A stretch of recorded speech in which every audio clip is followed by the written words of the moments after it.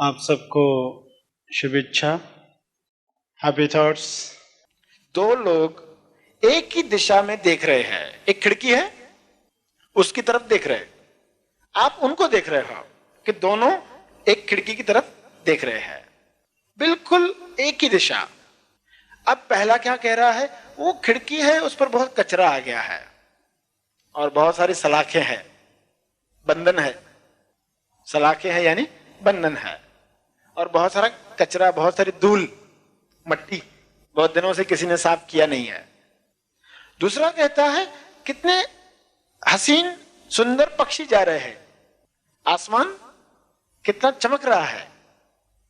अब आप कहेंगे कि दोनों एक ही सीन तो देख रहे, एक उदास है और एक खुश है, क्या हो गया? कितना फर्क है देखने में, बहुत मामूली, किंचित। ये नजरिया क्या हम स्कूल और कॉलेज में दे सकते हैं? अगर ये हो पाए तो एक बहुत बड़ा काम हो गया, क्योंकि ये काम में आएगा जीवन में। ये शुरुआत है, हर बच्चे को ये ट्रेनिंग दी जाए, जीवन को देखने का नजरिया, काम करने का अलग ढंग और आत्मविश्वास। ये तीन बातें जिन्होंने वो नजरिया प्राप्त किया, क्योंकि स्कूल कॉलेज में कोई ऐसा सब्जेक्ट नहीं है कि नजरिया चेंज किया जाए। ऐसा कोई पीरियड नहीं होता है जिसमें बच्चों को सिखाया जाए कि एक ही टॉपिक को 10 डायरेक्शन से कैसे देखें। ऐसा कोई विषय ही नहीं है। और काम में आती है चीजें, जो काम में आती है चीजें वो कुछ सिखाई नहीं गई। तो कुछ लोग उस नजरिए को पकड़ पाते हैं, जीवन में सफलता प्राप्त करते हैं। नजरिया यानी क्या, इसको समझ ले। डेविड की कहानी सुनी होगी आपने, पुस्तकों में भी आती है कि उनके गांव में एक दानव आया था। दानव यानी एक राक्षस जैसा एक इंसान, बहुत बड़ा, और सभी उससे डरे हुए हैं। तो डेविड नाम का जो लड़का है उसके पास गुलेल है। गुलेल पत्थरों से पक्षियों को मारते हैं ना, जो बच्चे गुलेल लेकर घूमते, कैटapult। तो उसके पास वो है। तो वो अपने मित्र को कहता चलो हम उस दानव को मारेंगे। तो वो क्या कहता, अरे नहीं, वो बहुत खतरनाक है, तुम नहीं मार सकते उसको। क्यों नहीं मार सकते? क्योंकि वो बहुत बड़ा है, विशाल है।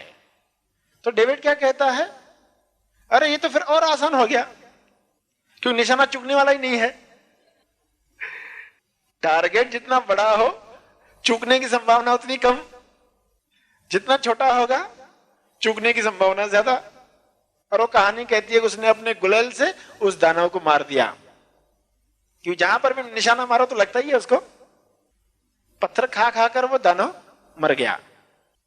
ईश्वर क्या है, विशाल है, तो हमारा नजरिया क्या होगा, अरे फिर आसान है पाना। ईश्वर बहुत बड़ा है तो वह तो बहुत आसान हो गया, उल्टा ऐसा ही होना चाहिए। तो जहां पर भी निशाना लगाओ तो ईश्वर को ही लगता है, तो आपके नजदीक आ रहा है। हर प्रवचन आपको उसके नजदीक लेकर जा रहा है। ये नजरिया है देखने का। ये कहेगा अरे ये तो हमारे लिए नहीं, ये तो कुछ लोगों के लिए है। सेल्फ रियलाइजेशन दुनिया में कुछ लोगों के लिए, हमारे लिए कहाँ है, हम नहीं पा सकते इसको। मगर हकीकत यह है कि आप चूक सकते ही नहीं। नजरिया ये रखें, अगर इस यात्रा पर काम करना है तो नजरिया ये है कि चूक सकते ही नहीं, वो आपको मिलने ही वाला है। इस नजरिए से शुरुआत करें। काम पाना, नौकरी पाना, नया काम कर पाना बहुत आसान है। हर एक अलग अलग काम करे ये जरूरी नहीं है, मगर हर एक वही काम अलग ढंग से करे। अलग काम करना नहीं, काम अलग ढंग से करना, ये तो हो ही सकता है। बच्चे कितने मेथड जानते पढ़ाई के, एक ही तरीका जानेंगे, उसी के द्वारा करते रहेंगे, रट्टा लगाते रहेंगे, और एग्जाम में जाकर जो फ्रेश याद किया है डाल देंगे, बोलेंगे मुक्ति मिल गई। क्या पढ़ाई के हजारों तरीके हो सकते हैं? क्या पढ़ाई करने में हमेशा इंटरेस्ट आ सकता है?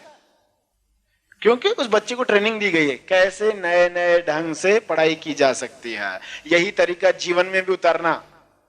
जीवन में भी वही काम होंगे, रोज करने पड़ेंगे, मगर उनको अलग ढंग से कैसे किया जाए।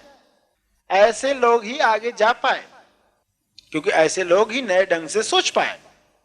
कुछ लोगों को ये ट्रेनिंग मिल जाती है बाहर, तो वो सक्सेसफुल होते, सफलता पाते हैं।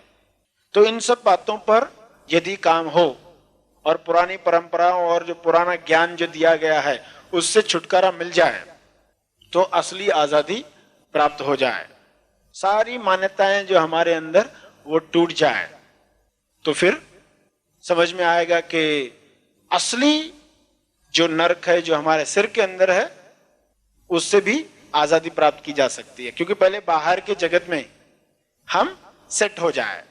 जो शिविर है वो किस लिए होता है कि पहले बाहर के जगत में आप स्टेबलाइज हो जाओ, सेट हो जाओ, ट्यून्ड हो जाओ, तालमेल बैठ जाए, उसमें जो डर और मान्यताएं हैं वो खत्म हो जाए, ताकि अंदर के जगत में हम स्टेबलाइज हो पाए।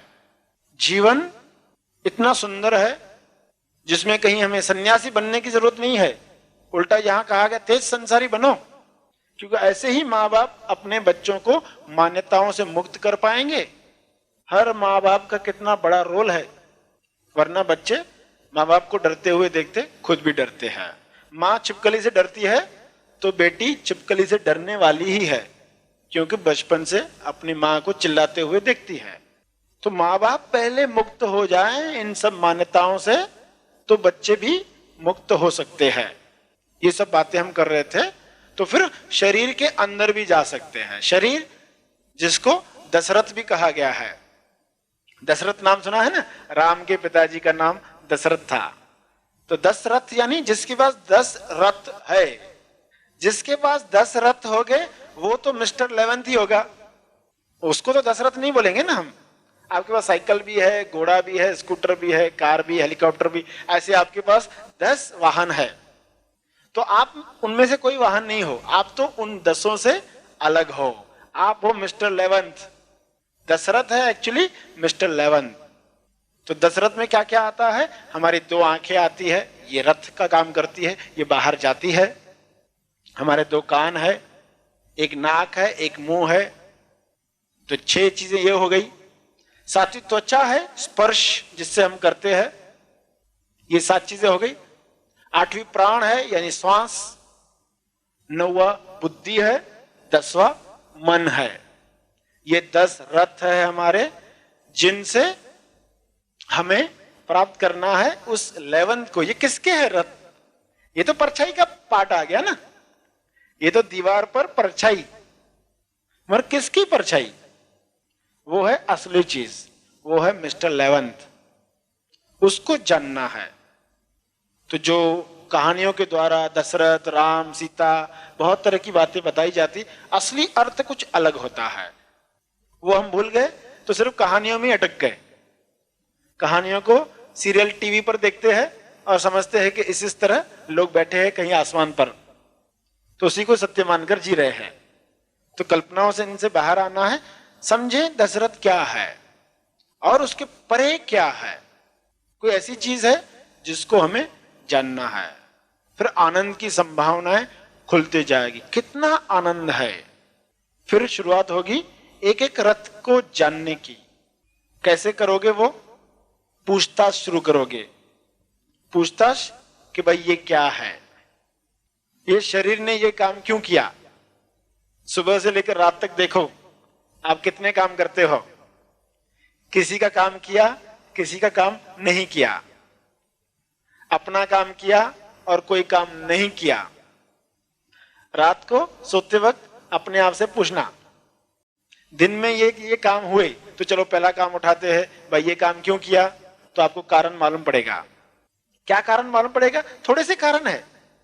एक कारण ये पता चलेगा कि ये पर्सन का मैंने काम किया, कारण ये पर्सन मेरी तारीफ करता है, मेरे अहंकार को बूस्टिंग देता है, और दूसरे का नहीं किया, ये रुकावट है, ये मेरा कहा नहीं मानता है, ये मेरी बुराई करता है, मेरी चुगली करता है, या इस पर्सन से मुझे डर है इसलिए मैंने इसका काम किया। तो क्या कारण मिला? उसके पीछे अहंकार को बूस्टिंग मिली या अहंकार को चोट पहुंचाने वाला पर्सन।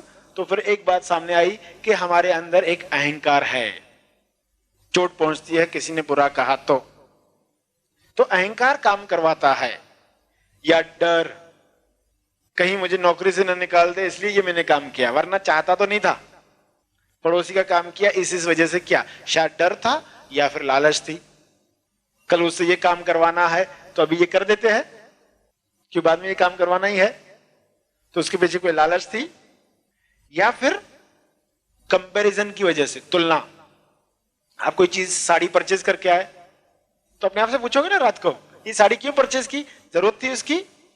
नहीं, वो पड़ोसन ने ली थी इसलिए मैंने ली, वरना तो नहीं लेते थे। तो यहां समझ में आया कि तुलना, कंपैरिजन। तो देखो कि अपने सभी कामों के पीछे तो ये थोड़ी सी बातें हैं, या तो तुलना की वजह से काम किया, या बोर हो रहे थे इसलिए किया। ये काम क्यों किया? बोर हो रहे थे इसलिए किया। तो एक बोर्डम है, एक तुलना है, एक अहंकार है, एक डर है, एक लालच है, एक नफरत है। इतनी चीजें हैं। हर रात सोते वक्त देखो, हर इंसान जान जाएगा उसके अंदर ज्यादा क्या है।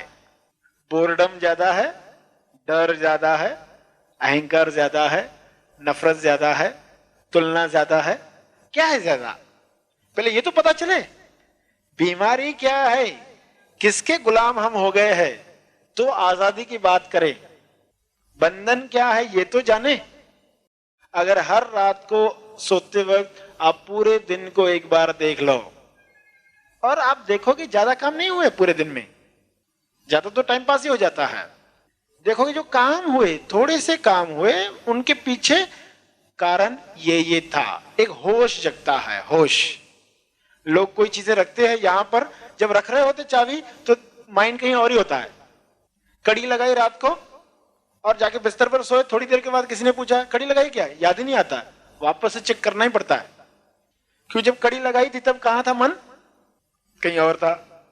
वापस से दूसरी बार चेक करना पड़ता है, नमक डाला कि नहीं फिर से चेक करना पड़ता है। क्यों? क्योंकि मन वहां रहता ही नहीं। ये ट्रेनिंग से क्या होता है? वर्तमान में रहने की कला आपको आ जाएगी। पहले शिविर के बाद ही वर्तमान, अब जो हो रहा है इस वक्त, वरना मन कहीं और घूम रहा है, मन कहीं और भाग रहा है, वर्तमान में तो रहता ही नहीं। तो ये ट्रेनिंग मिले, ये समझ के द्वारा। सुनना है, सिर्फ आपको सुनना है, मजे मजे से सुनना है। शिविर के बाद कहते अरे कितना आसान था, हम कैसी मान्यता में थे कि हम ऐसा नहीं कर सकते, वैसा नहीं कर सकते, इतना सहज था। तो इन मान्यताओं से हटकर अगर हम वाकई आजाद होना चाहते हैं तो सुने, स्टेप बाय स्टेप सुने, चरण दर चरण। आज का जो प्रवचन वो कैसा है, आपके अंदर कुछ बातें जगाई जाए, वो प्यास जगाई जाए। ये प्रवचन सुन के आपके मन में भी जागे, अरे मेरे साथ ऐसा हो रहा है, क्या मैं भी आजाद हो सकता हूं? तो फिर आपके लिए वो शिविर है, प्यास जग जाए। तो यहां समझ में आई, हर रात को अगर आप ये कर रहे हो, पूछताछ, ये मैंने क्यों किया, क्यों नहीं किया। दूसरे दिन क्या होगा, आप फिर से कोई चीज खरीदने जा रहे हो, सवाल आएगा, तुलना, चलो नहीं करते। शायद दूसरी बार भी करो, तीसरी बार भी करो। एक दिन आएगा कि रोज के रिकॉर्ड में तुलना शब्द बार बार आ रहा है। ये तुलना की वजह से, ये अहंकार की वजह से, हर एक का अपना अपना होगा ना, कोई बोर्डम की वजह से। तो एक होश जागेगा। पहले पता भी नहीं था कि हम जो काम कर रहे हैं उसके पीछे मूल कारण क्या है। अगर डर है तो डर पर काम हो फिर, और बहुत जल्दी ही आप उससे बाहर आ जाओगे। पहले बीमारी पता चलना जरूरी है, और पता चल गई फिर वो नहीं रहती। होश में गलतियां नहीं होती। एक चाइनीज कहावत है कि अगर कुत्ता इंसान को काटता है, किसी मानव को काटता है, तो कहा जाए बैड डॉग, कुत्ता जो है बुरा है, बैड डॉग। अगर वही कुत्ता उसी इंसान को दूसरी बार काटे तो कहना चाहिए मैड डॉग, पागल कुत्ता है। पहले कहा बैड डॉग, दूसरी बार काटे तो मैड डॉग, पागल है। और फिर से वही कुत्ता उसी इंसान को काटे तो क्या कहना चाहिए, मैडमैन। अरे तुमको मालूम है ये कुत्ता 2 बार काट रहा है, फिर भी उसके सामने कैसे गए हो? यानी होश है ही नहीं। इंसान जब देखता है अरे बार बार मैं क्यों क्रोध कर रहा हूं, बार बार क्यों तुलना कर रहा हूं, बार बार जब देखेगा होश में तो उसमें जाना बंद कर देगा। अरे कितनी तकलीफ सही है, इन सब चीजों की वजह से कितना दुख भोगा है, बार बार उसमें जाने की जरूरत नहीं है। वो बाहर निकल आएगा। बेहोशी में वही गलतियां फिर से होती, फिर से आज कड़ी चेक करनी है, फिर से चेक करनी है। एक दिन बोले बस अभी मैं ध्यान से चेक, एक ही बार में कड़ी लगाऊंगा, वापस चेक करने नहीं जाऊंगा, फिर बदलाहट शुरू होगी। होश तो जगे, क्या गलतियां बार बार हो रही है पता तो चले। तो उसको कहते पूछताछ। शुरुआत करेंगे पूछताछ बाहर बाहर की, बहुत जल्दी पूछताछ होगी अंदर की। कौन डर रहा है अंदर, कौन परेशान है, कौन दुखी है, तो अंदर के जवाब भी आएंगे। शुरुआत तो हो जाए, उस पर आगे काम करने वाले हैं, मगर पूछताछ जरूरी है। शादियों में आप जानते हैं कि क्या होता है, बहुत सारे लोग ऐसे घुस आते हैं जिनको न लड़की वालों ने बुलाया होता है न लड़के वालों ने बुलाया होता है। हर शादी में होता है। वो आते हैं, खाना खाते हैं, चले जाते हैं, चलो ज्यादा नुकसान नहीं हुआ, क्योंकि उनकी पूछताछ कोई करता ही नहीं। लड़के वाले क्या सोचते, लड़की वालों की तरफ से आए होंगे, है लड़की वालों का होगा, कैसे कुछ बोल सकते। और लड़की वाले सोचते लड़के वालों की तरफ से कोई होगा, तो उनको छोड़ दिया जाता है। मगर कोई पर्सन पूछताछ करना शुरू कर दे, चलो ये लड़की वालों से पूछते, भाई ये जो फला पर्सन दिख रहा है तुम्हारा आदमी है क्या? अरे हमारा पसंद नहीं है। या दो चार और लोगों से पूछो, कोई उनका मित्र तो नहीं है। वाकई कोई इतना कष्ट करे पार्टी को छोड़कर, तो पता चले इंसान भी जो चारों तरफ चल रहा है उसको छोड़कर थोड़ा इंक्वायरी शुरू करे, पूछताछ शुरू करे, हमारे अंदर क्या क्या घुस आया है। ये तो बाहर की शादी है, कितना नुकसान हुआ, खाली वो खाना खाकर गया, उतना ही नुकसान हुआ ना। मगर अंदर जो घुस आए हैं उनसे कितना नुकसान हो गया है, जिससे सारा आनंद खो चुका है, असली आनंद।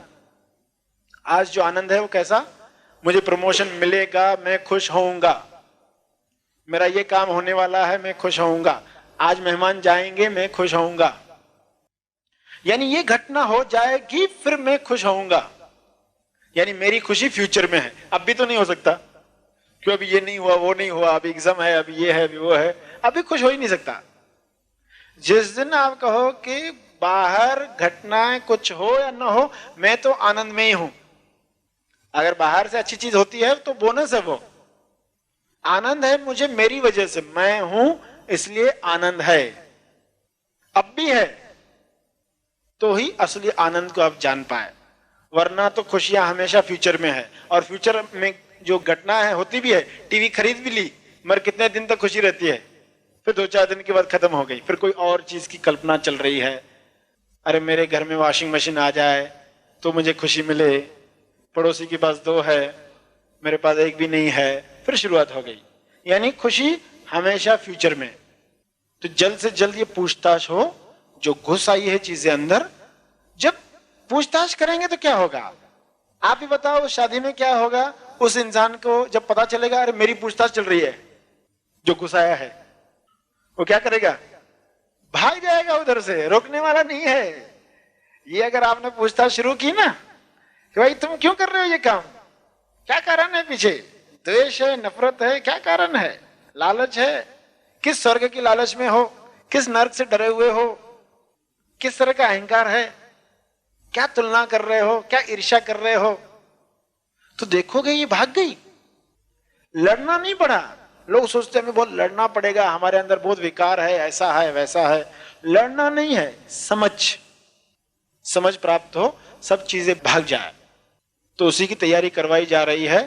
तो फिर आत्म साक्षात्कार इतना आसान है, कभी हम सोच भी नहीं सकते थे वो बात समझ में आए। जब एक बच्चा होता है, बालक होता है या एक जानवर होता है, तो उसके अंदर देखोगे कि क्या है, उसके अंदर है सिर्फ सहज मन। सहज मन क्या करता है, कार्य को करता है। कार्य करते वक्त वो ये नहीं सोचता है कि ये मेरा कार्य है, किसका भी हो मुझे बेहतरीन करना है। बच्चा खेल रहा है, बढ़िया ढंग से खेल रहा है, और सोता है तो बढ़िया ढंग से सोता है, करवटें नहीं बदलते रहता है। बच्चे को देखा है क्या, नींद करने के लिए करवटें बदलता रहे, वह अभी खेल रहा था अभी सोया हुआ है, तो क्या हो गया, क्योंकि वहां पर है सिर्फ सहज मन। जानवरों में है सहज मन। उनकी लाइफ देखो, जानवरों की अलग अलग सीजन्स होती है, वो अपना कार्य करते हैं, बच्चे पैदा करते हैं, उनका जो लाइफ साइकिल है खत्म होता है, बच्चों का भी ऐसा ही है। फिर तीसरा आता है इंसान, मनुष्य। मनुष्य के अंदर देखो वहां पर है सहज मन और कॉन्ट्रास्ट मन, ये दोनों है। सहज मन यानी जो काम करेगा बेहतरीन, आप गाड़ी चला रहे हो तो बेहतरीन गाड़ी चलाएगा, आपको घर पहुंचाएगा। मगर कॉन्ट्रास्ट माइंड बीच में विचार डालेगा।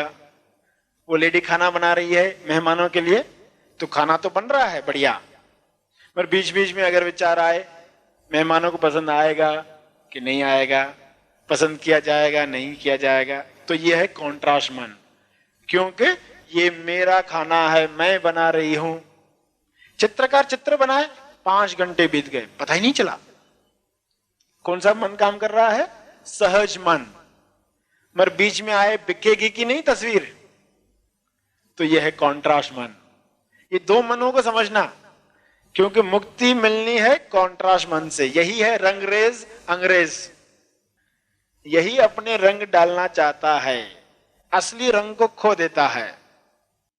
तो मानव के अंदर है दो मन, एक है सहज मन जो 24 घंटे काम कर रहा है, मगर बीच बीच में कॉन्ट्रास्ट मन आके सब काम को बिगाड़ता है।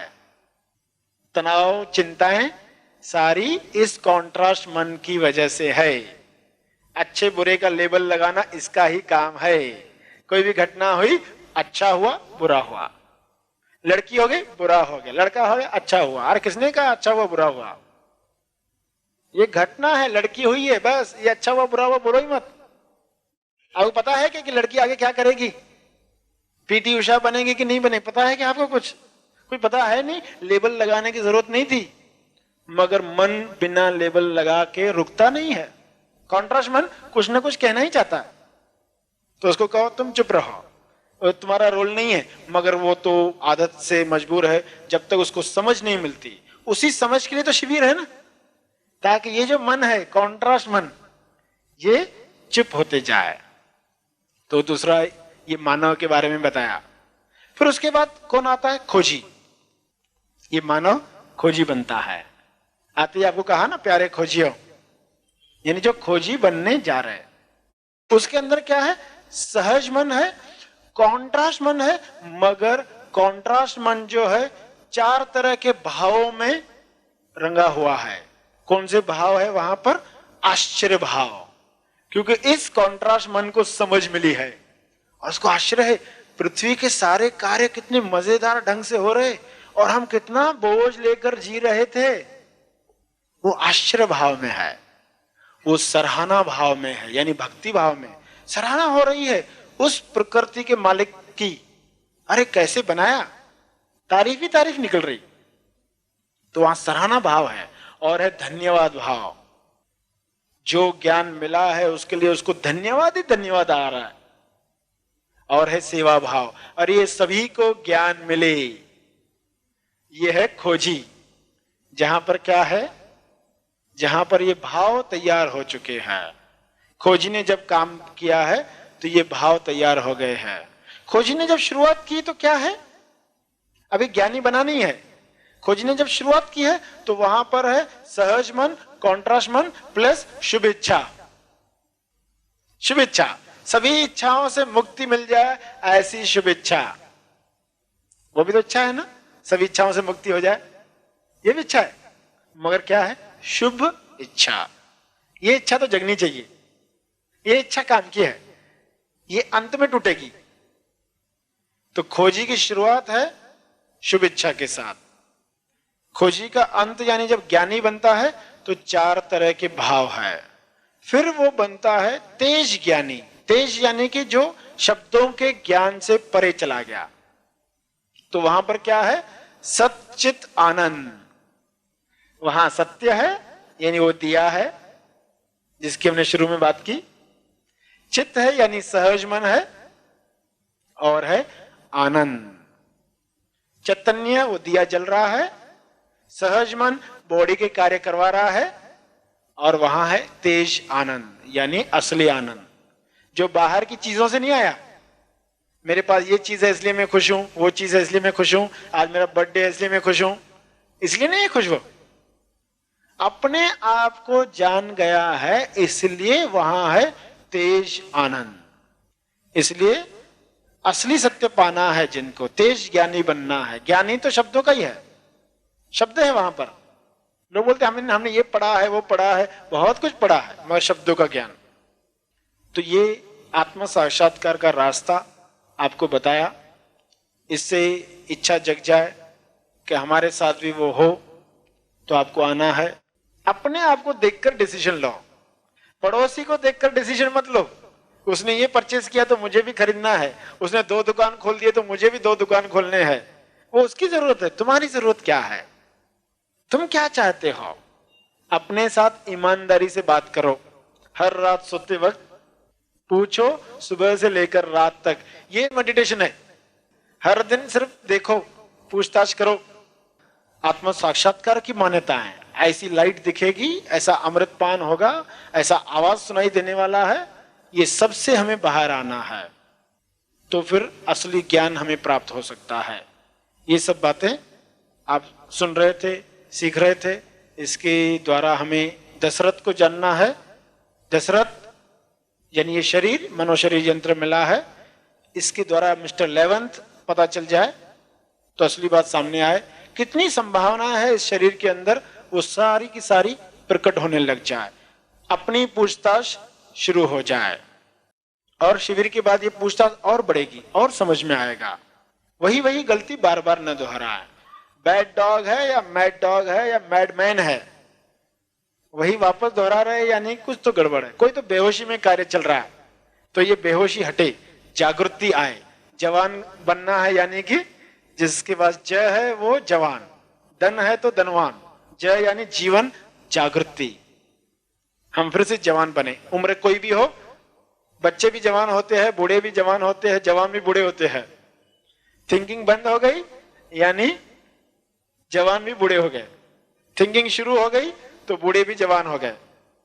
तो सही अर्थ समझे जवान बनने का। और आप इतने ध्यान से सुनते रहे, सेवा का मौका दिया, इसके लिए आपका बहुत बहुत धन्यवाद। Happy thoughts. सर श्री द्वारा दिया गया यह संदेश तेज ज्ञान का केवल परिचय मात्र है। तेज ज्ञान नहीं, तेज ज्ञान सर श्री महा आसमानी परम ज्ञान शिविर में प्रदान करते हैं। इसका असली आनंद आप शिविर में भाग लेकर ले सकते हैं। यह शिविर आप ऑनलाइन भी कर सकते हैं। आगामी महा आसमानी परम ज्ञान शिविर में अपना स्थान आरक्षित करने के लिए संपर्क करें। इस वीडियो को लाइक और शेयर जरूर करें। साथ ही अपने अभिप्राय हमें कमेंट करके जरूर बताएं। हैप्पी थॉट्स तेज ज्ञान और सर श्री तेज ज्ञान चैनल को आज ही सब्सक्राइब करें और लेटेस्ट अपडेट्स सबसे पहले पाने के लिए बेल आइकन को दबाएं। धन्यवाद।